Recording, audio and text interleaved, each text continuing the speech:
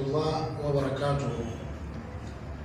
Alhamdulillah, nous continuons le fiqh sur la purification, précisément sur le cours qu'on appelle al-mashu al-khuffayn, c'est-à-dire la friction des chaussures ou des chaussons ou des chaussettes.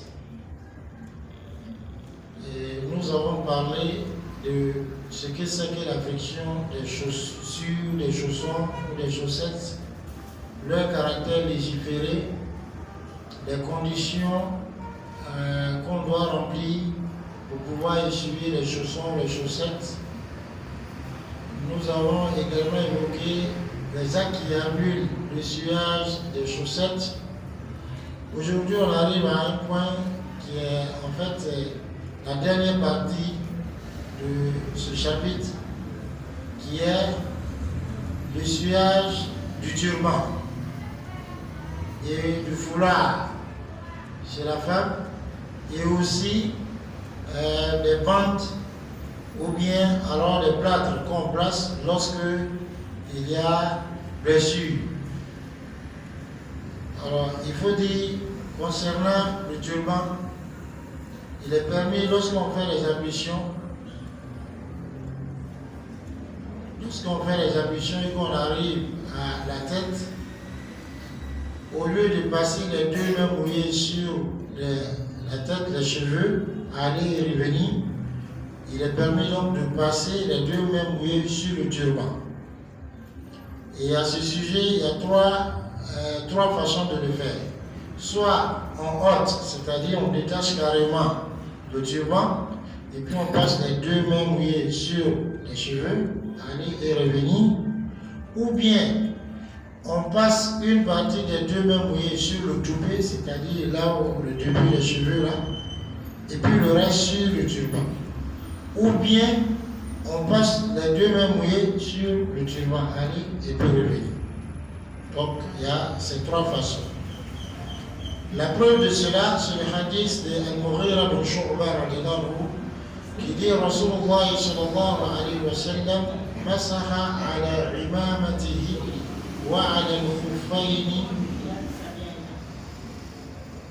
wa ala al-nasiya wa ala al-khuffayn. L'hadith est rapporté par Muslim. Il dit Rasulullah sallallahu alayhi wa sallam a fait l'essuyage sur son turban et sur le toupet et aussi sur les chaussons. Les chaussures en cuir ou bien les chaussettes s'assimilent à cela.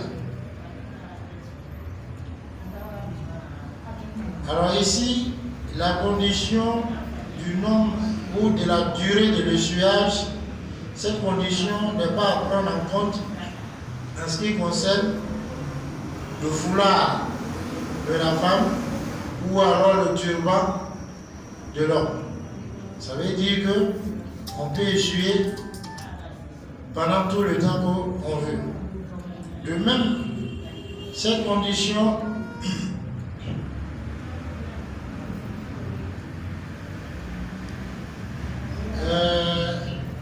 donc cette condition n'est pas à prendre en compte.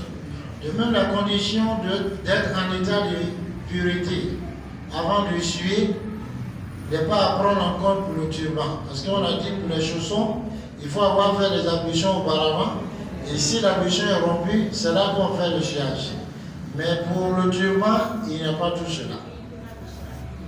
De même, le foulard de la dame, donc elle a attaché son foulard, s'il y a difficulté de détacher, ou alors elle souffre d'un mal sur par exemple sa tête, qu'elle arrive à la tête, au lieu donc de détacher, les deux mains mouillées, donc, elle les passe sur le foulard et puis elle revient.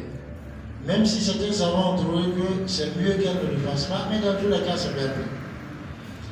Et la preuve, c'est que Rasulullah sallallahu alayhi wa sallam, l'hadith il est rapporté par Muslim, c'est qu'il a essuyé al-khuffayn wa al-khimar sur les chaussons et sur al-khimar, c'est le voile de la dame. Mais ici, l'objectif, c'est, il dit al-khimar, c'est le foulard de la dame, mais ici, l'objectif, c'est le turban. Mais par analogie, on dit que la femme donc peut faire ce dessuyage, cela lui est permis s'il y a besoin, et même s'il n'y a pas besoin. Ça, c'est ce qui concerne les foulards et les turbans. La deuxième des choses à voir, c'est le sillage par rapport aux blessures.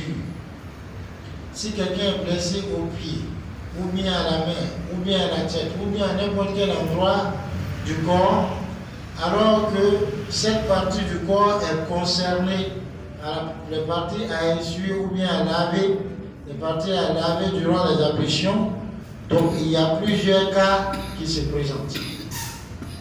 Le premier des cas, c'est que cette blessure ne soit pas couverte, c'est-à-dire il n'y a pas de bande dessus, il n'y a pas aussi de plâtre, il n'y a rien donc, pour couvrir la blessure. Et on peut laver, c'est-à-dire l'eau, on peut laver sans que ça ne nuise à la blessure. Donc à ce moment, si on est dans les ablutions, on est obligé de laver cette partie. Ça va? Deuxième des cas, c'est qu'on arrive à un niveau où la blessure n'est pas couverte, mais on ne peut pas laver, mais on peut faire le sillage, c'est-à-dire les deux mains mouillées, on peut les passer, donc on les passe sur la partie. Troisième des cas, on ne peut ni laver, ni passer les deux mains mouillées là-dessus. À ce moment, donc, on couvre cette blessure avec une soie, une bande, quelque chose de ce genre, et on fait le taillement, c'est-à-dire l'ablution sèche. C'est-à-dire, on fait l'ablution correctement comme c'est bon, on arrive à cette petite partie, et on passe, main à main le chat, on passe dessus, comme on faisait le taillement. La quatrième des choses, donc si on ne peut pas faire le taillement, donc alors on passe les deux mains mouillées à ce moment sur cette partie-là qui est blessée, bien qui est couverte. Donc la quatrième des choses, c'est que la blessure soit couverte, soit avec les plâtres ou bien les bandages, tout ça. Donc il est important à ce moment donc, de passer les deux mains mouillées sur alors la bande, mais de façon spécifique sur la partie qui est blessée. Parce que le fait de passer les deux mains mouillées sur la bande ou bien sur la blessure, c'est une darura, c'est une nécessité. Et les savants ils disent ad-darura tuqaddaru bi qadariha, la nécessité est évaluée à sa juste valeur. Kazalik ils disent al-maysuru la yasqutu bil ma'sur, ce qui est facilité donc n'est pas laissé tomber à cause de ce qui est rendu difficile. Qu'est-ce que cela veut dire? Là, c'est les paroles des fuqaha, ça fait partie de ce qu'on appelle les usul al-fiqh, les fondements du fiqh. C'est-à-dire que toi, par exemple, te lever durant la position debout dans la prière, c'est difficile pour toi, tu ne peux pas le faire, il faut que tu t'asseyes. Mais, dans cet état-là, tu peux faire ruku ou bien sujoud. C'est-à-dire quand on arrive au ruku, tu peux le faire. Mais tu t'assois durant toute la prière, ruku, sujoud, tout, tu fais assis ta prière. Parce que ce qui est rendu difficile, c'est la position debout. Mais il y a autre chose qui est rendu facile, qui est le ruku, le sujoud, que tu peux faire sans t'asseoir. Donc, al-maysur la yasqutu bil ma'sur. On ne laisse pas tomber ce qui est facilité à cause de ce qui est rendu difficile. Donc ça fait partie du usul. كذلك الضرورة تقدر بقدرها. La nécessité est évaluée à sa juste valeur. C'est-à-dire que si tu dois essuyer sur la bande là, c'est la partie où la blessure se trouve, c'est là que tu passes les deux mains mouillées. Tout le reste est là. Donc si la bande, par exemple, la blessure est ici, et que la bande vient jusqu'ici, donc tu seras obligé de détacher jusqu'à là où il n'y a pas de blessure, laver ça, et puis passer les deux mains mouillées sur la partie où il y a la blessure. Il faut qu'on comprenne bien ça. Sinon, si tu ne l'as pas fait, ton ablution sera prise. Parce que tu vas passer les deux mains mouillées sur il y a toute la bande, alors que toute en bas, en dessous de toute la bande, c'est pas, il n'y a pas de blessure. Donc il faut bien faire bien attention à ces choses-là. Et concernant l'essuyage sur alors, les blessures, ça ne remplit pas les conditions comme le sciage pour les chaussons. C'est-à-dire que la question de la durée de l'échouage, on ne demande pas que ce soit 3 jours et 3 nuits comme pour le voyageur lors du cas des chaussures, ou bien 1 jour et 1 nuit pour celui qui est résident, non. Tant que cette bande est là jusqu'à ce que tu l'enlèves ou bien jusqu'à ce que tu guérisses, tu peux toujours essuyer là-dessus comme ça. Une autre chose, on ne demande pas parmi les conditions de l'échouage sur la blessure que tu sois en état de pureté auparavant, comme on le fait pour la chaussure, non. Tu peux toujours essuyer. Kazalik, l'essuyage concernant alors les blessures, ça prend en compte la petite impureté et la grande impureté. C'est-à-dire même si tu es en état de jaraba, donc cet essuyage-là, il y a une issue. Alors la blessure peut être faite. Ce qui est contraire au cas de l'essuyage des chaussures, puisque là, s'il y a un état de janaba qui vient, donc l'essuyage pour les chaussons s'annule. Il faut bien comprendre ces choses.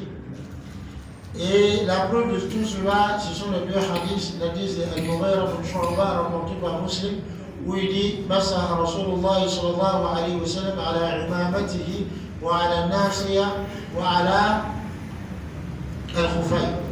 Il dit Rasulullah sallallahu alayhi wa sallam a essuyé sur l'imam, qui est le turban, sur aussi an-nasiya, le toupet, là où les cheveux commencent à pousser, le début des cheveux, là. Et il a essuyé aussi sur les chaussons. De même, il y a un hadith qui dit il a essuyé sur les chaussons et sur al-khimar. Al-khimar, c'est le foulard de la femme. Mais ici, l'objectif voulu, c'est le turban. Et on a dit pour le turban, il y a 3 façons. Soit tu ôtes carrément, tu détaches carrément le turban, donc tu passes les 2 mains mouillées. Comme ça, tu reviens comme on le fait habituellement. Ou bien, tu passes les 2 mains mouillées sur le toupet, donc ici, et puis le reste sur le turban. Ou bien tu passes les 2 mains mouillées carrément sur le turban, tu reviens. Donc voici un peu ce qui concernait le cours d'aujourd'hui. Donc c'est quelques mots là que va prendre fin le chapitre sur la friction des chaussures. Inch'Allah, dans les moments à venir, le chapitre qui suit, c'est Babul Ghusl, le chapitre du bain rituel, ce qu'on appelle le grand lavage, Djanabakoli. Et donc aujourd'hui, on termine ici, car nous apporte la bonne compréhension, car on nous aide à atteindre, à obtenir la science profitable et à l'adorer de la façon qui va le rendre satisfait de nous. Donc s'il y a des questions, nous sommes disposés, Inch'Allah. Si on peut répondre, on va répondre. Si on ne peut pas, on va demander à des gens qui savent plus que nous de pouvoir nous donner la réponse juste. Là, nous accorde la bonne compréhension. وفي الآخرة حسنة وقنا عذاب النار وصلى الله تعالى على نبينا الكريم.